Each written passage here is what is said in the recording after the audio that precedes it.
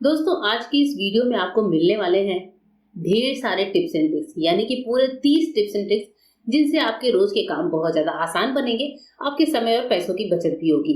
तो हमारी आज की जो सबसे पहली टिप है दोस्तों, वह कैसरोल में रोटी रखने को लेकर है। जब भी आप कैसरोल में रोटी रखते हैं तो आपने देखा है कि नीचे की रोटी बहुत ज्यादा गीली हो जाती है। तो सबसे पहले इसके लिए आप कैसरोल में कोई न्यूज़पेपर या टिश्यू पेपर बिछा लें, उसके ऊपर से कोई सॉफ्ट कॉटन का रुमाल रख लें या फिर सॉफ्ट कपड़ा सूती का रख लें।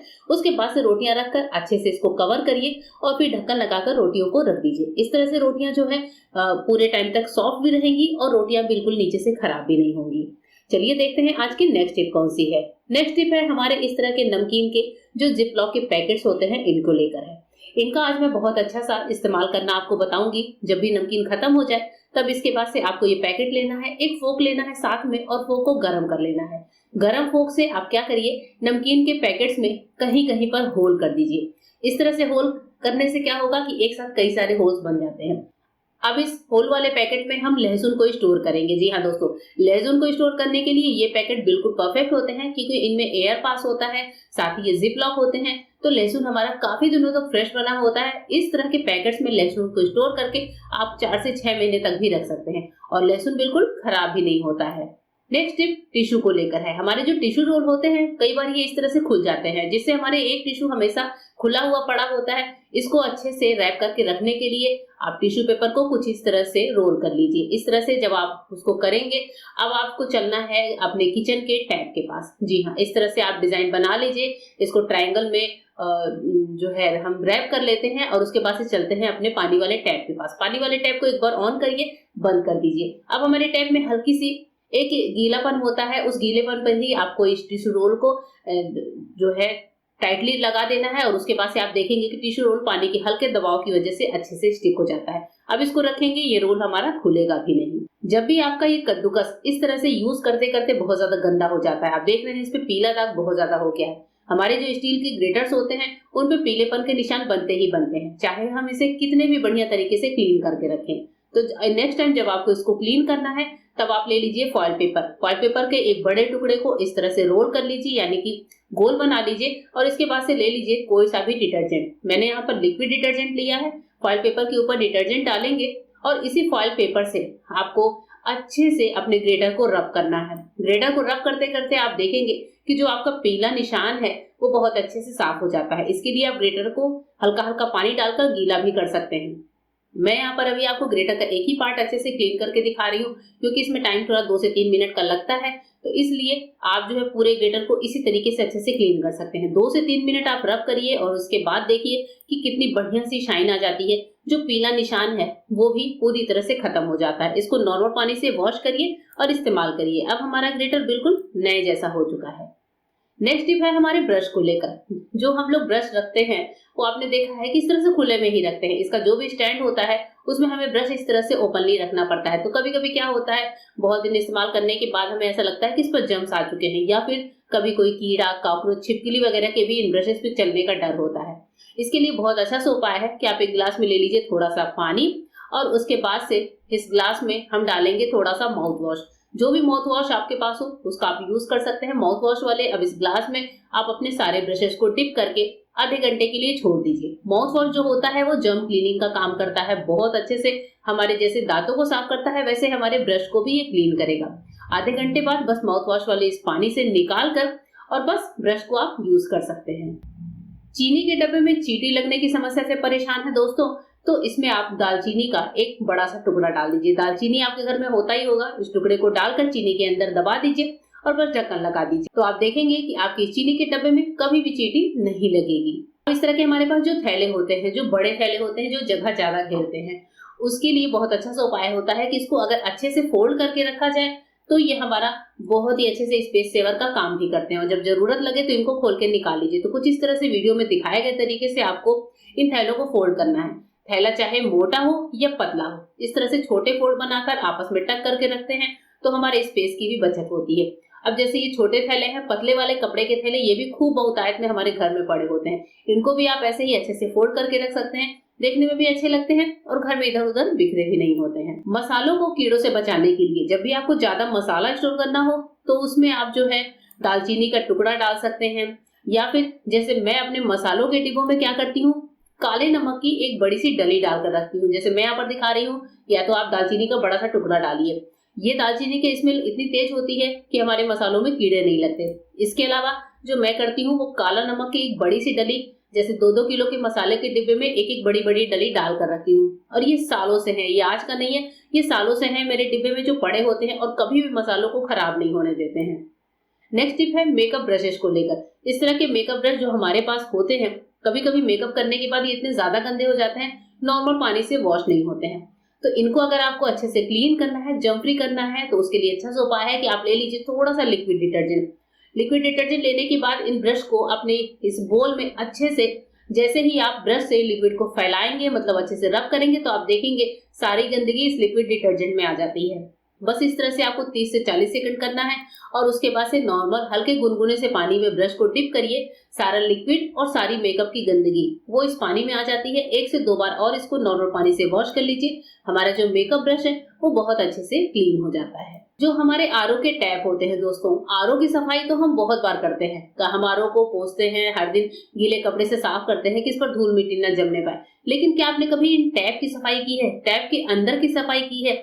इन टैप के अंदर आप देखेंगे तो पानी के कुछ दाग, कुछ ऐसे पानी के काई वाले दाग वो होते ही होते हैं। इसके लिए आप एक ईयरबड ले लीजिए। ईयरबड को इस तरह से आरओ का जो टैप है उसके अंदर घुमाइए। आप देखेंगे कि ईयरबड जो है वो बहुत अच्छे से अपने आपके टैप की गंदगी को क्लीन करता है। अंदर अगर कोई काई वगैरह लगे हैं तो इस तरह से क्या होता है कि जर्म्स के होने का खतरा खत्म हो जाता है, क्योंकि इसी वे में होकर पानी हमारे पास, हमारे ग्लास, हमारे बर्तन में आता है। तो पीने के पानी को हम साफ तो रखते ही हैं, लेकिन इस टैप को भी आप 15-20 दिन में एक बार इस तरह से ईयरबड से साफ करके देखिए। आपको दिखा रही हूँ मैं कि ईयरबड हल्का सा येलो हो गया है, यानी कि इसमें गंदगी आई है। तो इस तरीके से हम अपने टैप को क्लीन कर सकते हैं। नेक्स्ट टिप है, जब हमारे एक्सटेंशन बोर्ड के तार इस तरह से बिखरे होते हैं, एक्सटेंशन बोर्ड हर घर में होता है जिसके तार इस तरह से बिखरे हुए ही मिलते हैं, तो आप इसके तारों को अच्छे से फोल्ड करके, जैसे मैं यहाँ पर जो मेरा एक्सटेंशन बोर्ड है इसमें मैं तारों को इसके ऊपर ही अच्छे से फोल्ड करती हूँ। और जो स्विच है उसको इस तरह से लगा देने से क्या होता है, ये फैलता नहीं है। बस तार को आपको अच्छे से फोल्ड करना है और जो स्विच बोर्ड में ही स्विच को फिट कर देना है, उससे ये तार फैलेंगे नहीं और हमारा बोर्ड ये देखने में भी अच्छा लगता है। नेक्स्ट टिप है मोबाइल को लेकर। मोबाइल पर जब भी हम कभी कुछ देखते हैं, स्पेशली हम लेडीज जब किचन में होते हैं तो सोचते हैं कि मोबाइल पर कोई वीडियो भी चला लें और अपना किचन का काम भी करते रहें। तो ऐसे में मोबाइल स्टैंड नहीं हो तो आप एक रबड़ की हेल्प ले सकते हैं। एक छोटा सा रबड़ बैंड रख लीजिए किचन के स्लैब पर और इस पे अपने मोबाइल को टिका कर रख दीजिए। जैसे ही आप रबड़ बैंड रखेंगे तो आप देखेंगे कि मोबाइल बहुत अच्छे से टिक जाता है। ये बिल्कुल भी स्लिप नहीं होने देता है मोबाइल को और अच्छे से मोबाइल हमारा टिका भी रहता है। लोहे के बर्तनों को जब हम इस्तेमाल करते हैं, इनको धुल कर रखते हैं, तो आपने देखा होगा कि इनमें जंग लग जाता है। इनको हम जब भी बर्तनों से साफ धुल कर रखते हैं तो लोहे के बर्तनों में जंग लगती ही लगती है। तो लोहे के बर्तनों का स्टोरेज करते समय एक बात का खास ध्यान रखिए कि इनको धुलने के बाद अच्छे से साफ कपड़े से पोंछिए और उसके बाद से इन पर लगाइए हल्का सा ऑयल। बहुत थोड़ा सा ऑयल लगाना है। जो एक्स्ट्रा ऑयल है वो आप किसी कपड़े या टिश्यू से निकाल कर अलग कर दीजिए। एक्स्ट्रा ऑयल को हटाने के बाद अब आप इस बर्तन को कैसे भी रख दीजिए, चाहे जितने दिनों तक इस्तेमाल नहीं करेंगे, इस बर्तन में जंग नहीं लगेगी। साथ ही नेक्स्ट टाइम के लिए बर्तन आपको बिल्कुल साफ सुथरा मिलेगा। काला नमक के डिब्बे में इस तरह की बड़ी बड़ी डलियां हो जाती हैं। तो ये डलियां जो होती हैं, जब भी हम नमक निकालते हैं तो हमारे स्पून में आती हैं। तो इसके बचने के लिए आपको क्या करना है, चावल के कुछ दाने लेने हैं और काला नमक के डब्बे में डाल देने हैं। उसके बाद से आपको डब्बे का ढक्कन लगाकर डब्बे को अच्छे से शेक करना है। नमक को चावल के साथ अच्छे से मिक्स करने से एक तो डलियां खत्म हो जाती हैं दोस्तों। दूसरा क्या होता है दोस्तों कि चावल जो है वो नमक की नमी को सोख लेता है, जिससे आगे इसमें डलियां नहीं बनती और बस काला नमक हमारा इस्तेमाल के लिए बिल्कुल सही हो जाता है। तालों में जंग लगने की समस्या हो या फिर ताले के खराब होने की समस्या हो, ये उपाय आपके बहुत काम आएगा। अब जैसे मेरे पास भी 2-3 ताले ऐसे पुराने पड़े थे जिनमें अंदर जंग लग गई है, चाबी घुमाते हैं तो ढंग से ताला घूमता भी नहीं है और साथ ही ये ताला काम भी नहीं करता। तो इस तरह के तालों को फेंकने से पहले एक बार इस टिप को जरूर अपना लीजिएगा। आपको लेना है एक तवा, तवे को हल्का सा गर्म करना है, गैस को ऑन करना है और इसी ऑन वाले मतलब गर्म तवे पर आपको तालों को इस तरह से रख देना है। आपको ये काम करना है सिर्फ 1 मिनट के लिए सिम फ्लेम पर तालों को रख देना है। इससे क्या होगा, ताले के अंदर जो जंग लगा होगा वो धीरे धीरे क्या होता है, गर्म होकर पिघलता है, वो धीरे धीरे गर्म होकर खत्म होता है। तालों को उलट पलट दीजिए। कोई प्लास्टिक की कीरिंग है उसको पहले निकाल कर अलग कर दीजिए। अब इसके बाद से तालों को अच्छे से गर्माहट दे दीजिए। ये ताले गर्म होने के बाद क्या होता है दोस्तों कि बहुत अच्छे से वर्क करने लगते हैं। इसके बाद आप चाहें तो तालों की हल्की सी ऑयलिंग भी कर सकते हैं और गरम करने के बाद जब आप इनको ठंडा करके इस्तेमाल करेंगे, चाबी लगाएंगे, तो आप देखेंगे ताले बहुत ही बढ़िया तरीके से काम करने लगे हैं, बिल्कुल नए तालों की तरह। चिप्स के पैकेट हम भी खोलते हैं और जब हम इसको खोलते हैं तो होता यही है कि या तो हम इसे हाथ में पकड़ पकड़ के खाते हैं या फिर इसे प्लेट में खाली करते हैं। तो प्लेट में खाली करते हैं तो एक्स्ट्रा बर्तन निकलने की समस्या होती है। तो इस तरह से पैकेट जो होते हैं वो नीचे भी गिरते हैं। कहीं पर भी इसको रखिए, पैकेट इस तरह से होते हैं तो खाने में कंफर्टेबल नहीं होते हैं। इसके लिए एक अच्छा सा उपाय बताती हूँ। चिप्स के पैकेट खोलने के बाद आपको नीचे से इस तरह से दोनों कोने से पकड़कर कोनों को अंदर की ओर कर दीजिए। दोनों कोनों को आपको अंदर की ओर करते ही आप देखेंगे कि ये बहुत अच्छा सा फ्लैट हो जाता है नीचे से हमारा चिप्स का पैकेट या फिर किसी भी स्नैक्स का पैकेट। और उसके बाद से बहुत ही इजी तरीके से इसको बिस्तर पर रखकर, टेबल पर रखकर या फिर हाथों में ही रखकर आप इसको एंजॉय कर सकते हैं। केला जो होता है जब भी हम मार्केट से लाते हैं तो इसके काले होने की समस्या आम बात है। तो केले को स्टोर करने के लिए इस बार आप एक खास तरीका अपनाइए कि इसको डिप करिए ठंडे पानी में। नॉर्मल टैप वाटर ले लीजिए या फिर थोड़ा ठंडा पानी ले लीजिए। उसके बाद से आपको केले की जो टिप है उसको डिप करके रखना है और जब इस्तेमाल करना है तो पानी से निकाल कर आपको इसको इस्तेमाल करना है। ये केला कई दिनों तक फ्रेश बना होता है। नमक के डिब्बे में इस तरह की डलियां पड़ना आम बात है। आप देख रहे हैं कि नमक के डिब्बे में कितनी मोटी मोटी सी डली हो गई है। तो नमक के डिब्बे की ये समस्या हर गृहिणी को झेलनी पड़ती है। इसके लिए आप किसी नॉन स्टिक पैन या फिर लोहे के पैन को गर्म करिए और उसके बाद से फ्लेम को एकदम सिम करिए और इसी गर्म पैन में नमक को हल्का हल्का सा हम रोस्ट कर लेंगे। नमक को डालने के बाद आप जैसे ही इसको रोस्ट करना शुरू करेंगे आपको साफ दिखेगा कि नमक की नमी खत्म हो गई है, साथ ही जो डलियां हैं वो खत्म हो जाती हैं। अब इसके बाद से इस नमक को अच्छे से ठंडा करिए, थोड़ी देर सेकने के बाद, और ठंडा करके अपने जार में भर लीजिए। जार में भरने के बाद ये नमक काफी टाइम तक बिल्कुल फ्री फ्लो बना रहता है। अचार वगैरह के डिब्बे होते हैं जिनमें से तेल निकलने की समस्या होती है। अगर आप इसको पैकिंग करके कहीं बाहर लेके जा रहे हैं तो भी प्रॉब्लम है या फिर अचार में फंगस लगने की भी समस्या होती है। अब ये जो मार्केट के अचार हैं इस तरह से आप देखें तो इनमें तेल थोड़ा सा कम होता है, तो अचार के खराब होने की भी समस्या ज्यादा होती है। तो अचार को अच्छे से सील पैक करने के लिए आपको ले लेना है क्लिंग रैप या फिर प्लास्टिक वाला रैप और इसको थोड़ा सा कट कर लीजिए। क्लिंग रैप लगाकर जब भी हम अपने जार को सील पैक करते हैं दोस्तों तो ये बहुत अच्छे से मतलब ना ही इसमें से तेल गिरता है, ना ही अचार गिरता है, ना ही हमारे अंदर के जो अचार है उनके खराब होने की प्रॉब्लम होती है। ये जो कॉइल हम जलाते हैं जो मच्छर के लिए, ये कॉइल हर घर में होते हैं। जब भी हम कॉइल को आगे से बर्न करते हैं दोस्तों तो पूरा कॉइल जलता हुआ अगर हम ध्यान न दें तो लास्ट तक ये पूरा कॉइल एक दिन में ही जल जाता है, चाहे हमें इसकी जरूरत हो या ना हो। तो जब भी आपको कॉइल जलाना हो, आपको लगे कि मच्छर बहुत कम है, आपको इसे थोड़ी ही देर जलाना है, थोड़ी देर जलाकर बंद कर देना है। फिर भी आपको लगे कि आप भूल सकते हैं तो ऐसे कॉइल पेपर का छोटा सा टुकड़ा ले लीजिए और जितना भी कॉइल आपको जलाना है उतनी ही दूरी पर आप इस फॉइल पेपर के टुकड़े को लपेट दीजिए। जैसे ही ये कॉइल जलता हुआ अपने फॉइल पेपर के टुकड़े के पास आएगा वैसे ही ये जो है कॉइल है ये जलना बंद हो जाएगा, यानी कि फॉइल पेपर के टच में आते ही हमारी जो इसकी आग है वो खत्म हो जाती है और कॉइल पूरा जलता नहीं है। नेक्स्ट टिप है रेजर को लेकर। रेजर को इस्तेमाल हम सभी करते हैं। तो रेजर जब भी आप इस्तेमाल करते हो उसके बाद से कभी कभी क्या होता है इसका कवर नहीं मिलता और रेजर को अगर हमें कहीं बाहर पैक करके ले जाना हो तो समस्या आती है, क्योंकि रेजर के साथ भी अगर जो टच में कपड़े होंगे उनके जो है कटने की समस्या हो जाती है। तो इसके लिए आप एक स्ट्रॉ ले लीजिए। ये स्ट्रॉ जो नारियल पानी वगैरह पीने के काम आता है, इसको लेकर आप अपने रेजर के साइज के अकॉर्डिंग इस तरीके से कट कर लीजिए। उसके बाद से बीच से भी हल्का सा सीजर डालकर इस जो स्ट्रॉ है उसको कट कर लीजिए। अब ये हमारा जो स्ट्रॉ है वो रेजर के कवर का काम करता है। तो इस तरह से रेजर के ऊपर इस स्ट्रॉ को लगा दीजिए और बस लीजिए हमारे कवर का काम करता है। इस तरह से आप जो है अपने रेजर को सेफ रख सकते हैं। नेक्स्ट टिप के लिए मैंने लिया है आइस और आइस में मैं डाल रही हूँ पानी। अगर आपके पास आइस नहीं है तो आप फ्रिज का ठंडा पानी भी ले सकते हैं। इसे एक कटोरी में करके रख लीजिए। इसके साथ हम क्या करेंगे, अब जब हम कभी नेल पॉलिश लगाते हैं यानी कि नेल पेंट हम अपने नेल्स पर अप्लाई करते हैं और हमें कहीं जाना होता है तो हमारी नेल पेंट जल्दी सूखती नहीं है और ये समस्या सर्दियों में बहुत ज्यादा आती है। जब हमारी नेल पेंट जल्दी सूखती ही नहीं है, चाहे हम कितने भी इसको फैन में लेकर सुखाएं या फिर मुंह से फूंक मारे, तो जब भी आप नेल पेंट अप्लाई करें आपको फटाफट से इसको सुखाना हो, फटाफट से ड्राई करना हो तो आप अपनी नेल पेंट वाली जो फिंगर है उसको आप इस तरह से ठंडे पानी में डिप कर दीजिए। 15 से 20 सेकंड डिप करते ही आप देखेंगे कि आपकी नेल पेंट बहुत अच्छे से ड्राई हो जाती है, सूख जाती है और जो है आप अपने इस तरह से सारे नेल पेंट को बहुत अच्छे से फटाफट से ड्राई कर सकते हैं। नमक के डिब्बे में अगर आपने स्टील का चम्मच डालकर रखा है तो आज इसे निकाल दीजिए दोस्तों, क्योंकि नमक जो होता है वो हमारे स्टील के बर्तनों में जंग लगाने का काम करता है। तो अक्सर क्या होता है, हम लेडीज घर की ही जो स्टील के चम्मच होती है उसको डाल देती है नमक के डिब्बे में।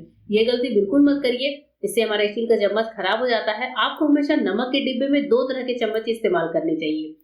पहला तो या फिर वुडन के चम्मच या फिर प्लास्टिक के चम्मच। अगर आपके पास वुडन के नहीं है तो आप प्लास्टिक के चम्मच इस्तेमाल करिए। दोनों में से कोई एक चम्मच लेकर वही नमक के डिब्बे में डालिए, जिससे आपका नमक और आपका स्पून दोनों सेफ बने रहेंगे। डस्टबिन में अगर आप पॉलिथीन बिछाते हैं कुछ इस तरीके से और पॉलिथीन बार बार निकलने की समस्या होती है, कभी कभी पॉलिथीन बड़ा होता है और जब भी हम डस्टबिन में कुछ डालते हैं तो क्या होता है, पॉलिथीन ढीली होकर डस्टबिन के अंदर ही लटक कर गिर जाती है। तो ये प्रॉब्लम हर तरह के डस्टबिन के साथ आती है, चाहे डस्टबिन छोटा हो या बड़ा हो। तो आप ऐसा करिए कि जब भी आपने पॉलिथीन बिछाई है अपने डस्टबिन में तो दोनों साइड को पकड़कर, पॉलिथीन को दोनों साइड से पकड़ना है और अच्छे से नॉट लगा देना है। 1 या 2 नॉट लगाने के बाद आप देखेंगे जो पॉलिथीन है वो बहुत अच्छे से टाई हो जाती है। इसमें हम कितना भी भारी गीला कचरा डालें, हमारी पॉलिथीन लटक कर नीचे नहीं आती है। हमारे ये जो प्लास्टिक रैप का रोल होता है दोस्तों, कभी कभी हम इनको रख देते हैं और इसका जो सिरा होता है लास्ट वाला, उसको खोजना बहुत मुश्किल होता है। अगर आपके भी साथ ये प्रॉब्लम आ रही है तो एक रबर बैंड लीजिए, इस तरह से फिंगर्स में लगाइए और उसके बाद से इस क्लिंग रैप के जो रोल है उस पर हल्का हल्का सा इस तरह से करते जाइए। जैसे ही आपके जो लास्ट का सिरा है वो इस रबड़ के टच में आएगा, फटाफट से वो खुलकर आपको सामने दिखने लगेगा। इस तरह से इसका सिरा खोजना बहुत ही आसान हो जाएगा। अगरबत्ती जलाने जा रहे हैं लेकिन आपको इसकी खुशबू के साथ साथ मच्छर भी भगाने हैं, तो एक बहुत अच्छा सा उपाय है कि अगरबत्ती को जलाने से पहले हमारे पास जो मच्छरों वाले हिट होते हैं घर में, उनको ले लीजिए और अगरबत्ती पर इस तरह से स्प्रे कर दीजिए। उसके बाद से अगरबत्ती को आप जलाएंगे तो आपके घर में खुशबू तो आएगी ही, साथ ही घर से जितने मच्छर हैं वो भी खत्म हो जाएंगे, क्योंकि अगरबत्ती तो आमतौर पर हम जलाते ही हैं लेकिन मच्छरों का उपाय बहुत ही कम कर पाते हैं। तो ऐसे टाइम पर ये छोटा सा उपाय आपके घर में खुशबू देगा, साथ ही मच्छरों को भी दूर भगाएगा। अगर आपके पास भी ऐसी चूड़ियां हैं पर चूड़ी रखने के लिए डब्बे नहीं है या फिर आपको इनको कहीं बाहर ट्रेवल में लेकर जाना है तो ये छोटा सा उपाय आपके काम आएगा। आपको लेना है पुराना सॉक्स और पुराने सॉक्स में अपनी इन चूड़ियों को इस तरीके से ले लेना है और सॉक्स को पीछे से पलटते हुए आगे इस तरह से रोल कर देना है। वैसे आप एक सॉक्स में ढेर सारी चूड़ियां भी रख सकते हैं, मैं यहाँ पर थोड़ी थोड़ी रख कर दिखा रही हूँ। इस तरीके से क्या होगा, हमारी चूड़ियां भी स्टोर होंगी, सॉक्स का रीयूज भी होगा। साथ ही अगर हम चूड़ियों को कहीं बाहर लेकर जाना चाह रहे हैं, शादी ब्याह में जा रहे हैं, तो हमारी चूड़ियां टूटेंगी भी नहीं। तो इस तरह से आप अपने कड़ों को, चूड़ियों को, हर चीज को बहुत अच्छे से स्टोर कर सकते हैं। नेक्स्ट टिप है आलू को लेकर। आलू को जब भी हम स्टोर करते हैं तो आपने देखा है कि आलू 4 से 5 दिन में ही बहुत ज्यादा एकदम ड्राई से हो जाते हैं, खराब होने लगते हैं या फिर कभी आलू में पानी पानी सा हो जाता है। तो आलू को स्टोर करने के लिए आप एक टिप फॉलो करिए कि आपको जिस टोकरी में आलू को स्टोर करना है उसमें आप पहले न्यूज़पेपर की कतरनी इस तरीके से अच्छे से बिछा दीजिए। न्यूज़पेपर जो होता है वो आलू का जो एक्स्ट्रा मॉइस्चर है उसको सोखता है। उसके बाद से जब हम आलू को यहाँ रखेंगे तो हमारा जो आलू है वो काफी दिनों तक सही बना रहता है। नेक्स्ट टिप है परफ्यूम को लेकर। परफ्यूम आप जब भी अप्लाई करें तो आप देखते हैं कि 2 से 3 घंटे में हमारा परफ्यूम, चाहे हम कपड़ों पे अप्लाई करें या फिर बॉडी के किसी भी पार्ट पर, हमारा परफ्यूम उड़ ही जाता है। तो ऐसे टाइम पर आपको एक उपाय करना है कि थोड़ा सा वैसलीन लेना है। ये वैसलीन लेने के बाद बॉडी के किसी भी पार्ट पर आप वैसलीन अप्लाई करिए और इस वैसलीन के ऊपर अब आपको परफ्यूम लगा देना है। अब इसके ऊपर जो लगा हुआ परफ्यूम है वो पूरे दिन आपको फ्रेश बनाए रखेगा, अच्छी सी स्मेल भी आएगी और 24 घंटे तक ये स्मेल निकलती भी नहीं है जब तक आप अपना बॉडी वॉश न कर लें। घर में हमारे छोटे बच्चे होते हैं जो बनाना खाना तो पसंद करते ही हैं, लेकिन कभी कभी उनकी जिद होती है कि बनाना उनको कट करके दिया जाए। ऐसे टाइम पर एक्स्ट्रा बर्तन निकलने की समस्या और भी बहुत सारे बर्तन तो फैलते ही हैं। तो ऐसे टाइम पर दोस्तों आपको बनाने को किस इस तरह पील करना है। आपको पूरा बनाना पील नहीं करना है, बस आपको इसको हाफ से थोड़ा ज्यादा पील कर लेना है जैसे मैं आपको वीडियो में दिखा रही हूँ। और उसके बाद से जैसे ही हल्का सा नीचे की एक लेयर आपको छोड़ देनी है, उसके बाद से आप क्या करिए, नाइफ लेकर बनाना को इस तरीके से पीसेस में कट कर दीजिए। पतले पतले स्लाइसेस में चॉप करिए जितना कि आपके बच्चे खाते हो। उसके बाद से इसके साथ कोई फोक या फिर टूथपिक वगैरह रख दीजिए और बच्चों को खाने को दे दीजिए। बच्चे एक एक पीस को उठाते जाएंगे, खाते जाएंगे। एक्स्ट्रा जो प्लेट की समस्या है वो भी खत्म है, साथ ही बच्चों को क्रिएटिविटी भी बहुत पसंद आएगी। होप करती हूँ आज की वीडियो आपको पसंद आई है। मिलूंगी मेरे नए वीडियो में, तब तक के लिए गुड बाय, थैंक यू।